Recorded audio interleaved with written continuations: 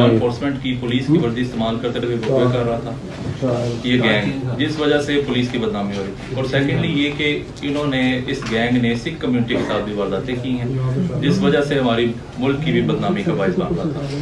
اس میں ہماری ٹیم نے بہت اچھی کارروائی کی. ہم نے اس کو CCTVs کے تھرو اور اس کو ٹیکنیکل ڈیٹا کے تھرو سے ٹریس کیا اور اس گینگ کا جو مرکزی ملزم ہے دکھا بھی دیں گے. اس کے بعد جو ریکوری ہوئی ہے وہ آپ کے ساتھ شو بھی کریں گے.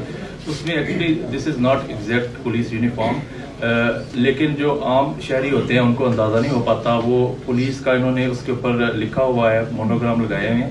اس کی وجہ سے عام شہری کو جو ہے جو اتنا ورکنگ کو نہیں سمجھتے وہ شاید اور پھر واقعی ٹاکی سیٹ ہوتا ہے، امپریشن یہ دیا جاتا ہے کہ ہم پولیس اہلکار ہے. ادروائز اس طرح نہیں ہے کہ وہ وردی کوئی جرمنلی انہوں نے پولیس کی لی ہوئی ہے. اور جو کارڈز ہیں وہ بھی جلدی سے جس طرح فلیش کرتے ہیں کارڈ، اور اب کوئی کسی سے پوچھتا نہیں ہے شہری کہ جی آپ مجھے دوبارہ کارڈ دکھائیں. اگر سکھ آیا تو انہیں سکھ نو بھی لٹنا ہے، اگر مسلمان آیا تو انہوں بھی لٹنا ہے، کرسچن آیا تو انہوں بھی لٹنا ہے. وہ واسطے مذہب دا کوئی معنی نہیں. انہیں جڑا ڈکیتی کرنی ہے یا دہشت گرد ہے انہیں دہشت گردی کرتے ہیں. اسی سویرے شام دیکھتے ہیں ساڑھے ایک سپاہی تو لے کے جرنل تک لوگوں نے قربانیاں دیتی ہیں، دہشت گردی کا شکار ہوئے.